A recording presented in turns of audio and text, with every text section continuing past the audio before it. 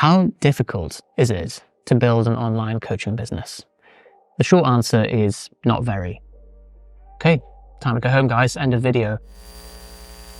But really, the difference is what you find difficult based on your starting point. So that's what we're going to answer today, and I'm going to show you how to accelerate your journey in your transition into full-time online coaching using the quadrant of hardness. Ooh. Quick background, we've helped over 1,000 coaches to quit their day job and become successful online coaches. Some of them in corporate jobs, like Toby, who quit his high-paying cybersecurity job and is now working less than 15 hours a week and matching his salary. Or Clarissa, who quit her job as a solicitor to travel the world, coaching online, living her best life. And you can see her full story here. We've noticed a couple of trends from working with so many coaches, and I'm going to answer this from two perspectives. One of them is leaving the corporate professional life, and the other one is quitting the gym floor. Both of them have their own set of challenges. Our job is to help you find your genius. So Johnny and I were working as a doctor, an accountant, and we quit our jobs to do coaching full-time, which presented its own set of challenges. And the quadrant of hardness is basically easy and hard on this side, and ex-professional and ex-personal trainer on this side. The whole transition is not actually that much work, by the way. I did the entire thing. I completed it, mate, in this video in about 5 hours. So really, it's not difficult in terms of the tasks. It's really just the challenges that you face internally based on your skill set from the background that you have.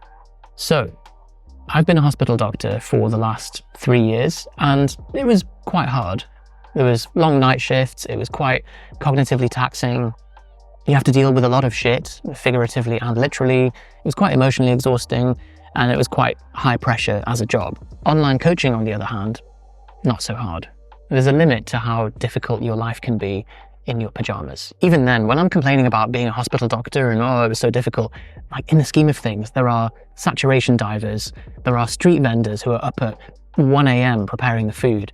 There are people whose full-time job it is to get shot in the face in Afghanistan. So before we go into the quadrant of hardness, I just want to take a moment to zoom out, smell the roses, and recognize that if you're watching this video, you've got it good.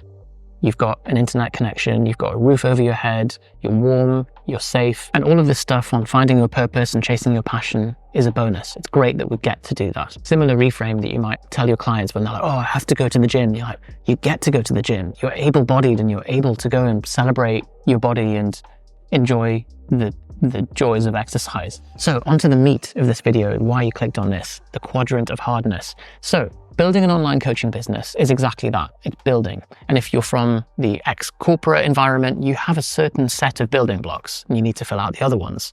If you're a personal trainer, then you have a different set of building blocks. So depending on who you are and your starting point, you're probably halfway there. You've got some building blocks in place. If you're coming from a corporate background, here are the things that you will find a walk in the park. Now, I'm going to probably annoy Alex with pointing in the wrong quadrant here, but easy and corporate here, you have a personal schedule, you have a client load, you have a response cadence, you organize your own time, you occasionally record some videos. This is all skill sets that you already have and you just need to tweak for the flavor of online coaching. That's the bread and butter stuff for corporate professional jobs. Where ex-professionals struggle is that they often come from big, serious organizations and they're too stiff and they struggle to loosen up. And that means they don't make that connection with their audience. They also generally have less in-person client experience. The other thing that we talk about here is that the corporate world gives you a lot of conditioning around your beliefs, around money and status and purpose and hierarchy and all that kind of stuff. So because of how hierarchical professional organizations are, you end up generating a lot of imposter syndrome. I used to be part of a Facebook group called Alternative Careers for Doctors, and there was a crazy amount of learned helplessness in that group. So every day you'd see posts of like, I want to become a nutrition coach. Which certifications should I get? I want to become a life coach. What qualifications do I need, etc. Which is fine, like nothing wrong with qualifications, but the world doesn't operate like an NHS training program. There are people who are far less qualified and far less knowledgeable than you are, but they're just much more confident and they just don't care. And they are the ones who are getting loads of clients. Obviously, they might not be very good coaches and they won't keep those clients, but they're completely out of their own way. It's kind of a reverse Dunning-Kruger effect. We've coached over 5,000 people. I am a medical doctor, but nobody's ever asked for my qualifications. No one cares. They see your content and they go, can this person help me achieve this result? Do they look like they know what they're doing? It's kind of the sad reality. There is no industry-wide qualification for online coaching. And yeah, I could rant about the state of that in the industry and so on, but that's the reality. We can't argue with reality. Don't hate the player. So you can't just wait for a green light for everything in life. You can't always just be waiting for permission. That's how large organizations are structured. But when you move out of that corporate world into the free market, it's just going to hold you back. So on the quadrant of hardness, we've seen that it's generally conditioning, imposter syndrome, waiting for permission are the difficulties with moving from corporate life. But the benefits are that you're very good at your personal organization, software, time management, dealing with response cadence, online skill set in general, kind of technical skill set. Now on to personal trainers. So generally, personal trainers are the opposite. They have zero qualms putting themselves out there. You've probably even seen certain trainers on your Instagram feed giving out medical advice with just zero fucks, talking about like eating disorder recovery and how to cure cancer with coconut oil or whatever. Like, they don't let the mere technicality of not having a medical degree get in the way of giving out blanket medical advice on the internet. I'm kind of joking here, but that level of confidence makes them a lot of money, for better or for worse. And if you can reel that person in a bit, make sure that they're practicing within their remit, they are going to do really well, as long as their advice is responsible and they can get results for their client safely. And really, if you can do that, if you can build your personal brand by being unfiltered, then you're just going to do really well as an online coach. And we have got some approved resources that we can signpost you towards to level up your knowledge across nutrition, physiology of metabolism, training knowledge, that kind of thing. Personal trainers generally have better skills relating to their clients too. Because if you're a PT, you're a man of the people and you've dealt with many types of people from all walks of life through the gym floor, you're kind of thrown into it, and that's an amazing skill set to have. Incidentally, that's something you're going to have to change when you move online, because when you're working in a gym, you can't really niche down, you just have to serve whoever comes in the door.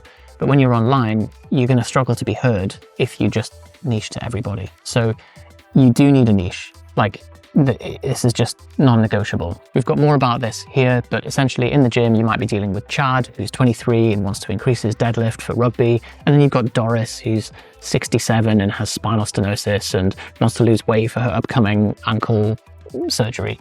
If you tried to put out an ad online to cover both Chad and Doris, you're going to get nowhere. The other struggles that personal trainers have are the stuff that they're weak at, but the corporate people are strong at. So managing their schedule, their personal productivity, tech skills, they're just skills that you probably haven't had to learn, you haven't been forced to learn as a personal trainer. And that's just because on the gym floor, the sessions are blocked off, there's a very clear structure to the day and to the space and everything. So it's not a skill set that you have to build. In summary, skills pay the bills. Those are the things which will make you profitable as an online coach as you transition from corporate or from personal training. And you just need to fill the gaps where you are missing bricks. How's that for mixing analogies? So it might be your online organizational tech skills. It might be your time and attention with working with people. Identify your weaknesses, work on them, build out a solid niche offer, validate the offer, build an automated selling system that we describe in this video, and you are off to the races, and Robert is your uncle. I used to think that progress in business was about being smart, but it's not really. There are thousands of smart people who crash and burn, and there are thousands of people who are just pretty simple-minded, but they follow a process and they're emotionally mature and they make loads of progress. Emotional maturity is the skill which will determine your success. Probably not something you'll hear much, and also you might not think it's a skill. It's definitely learnable. And out of the 1,000 people that we've worked with, it's very clear when you see the patterns of people who do well and the ones who don't. And we talk more about this in the failure uniform that you can see here. All of the stuff that we've mentioned is totally learnable, and we've just laid out the entire path for you. So the best way to get access to that is to subscribe to this channel, click on the little bell so you get the notifications, and then have a look at the 3 pillars of online coaching as your primer: attract, coach, and grow. That way you will know where to go next. So click on the video that is up here, and I'll speak to you soon. Oh, also one more thing. If you just want the VIP concierge route and you want us to personally coach you through the entire thing, you want to achieve a result like Toby or Clarissa or hundreds of others, then click on the link below to book in a call and we can discuss your business, your circumstances, and how we can help.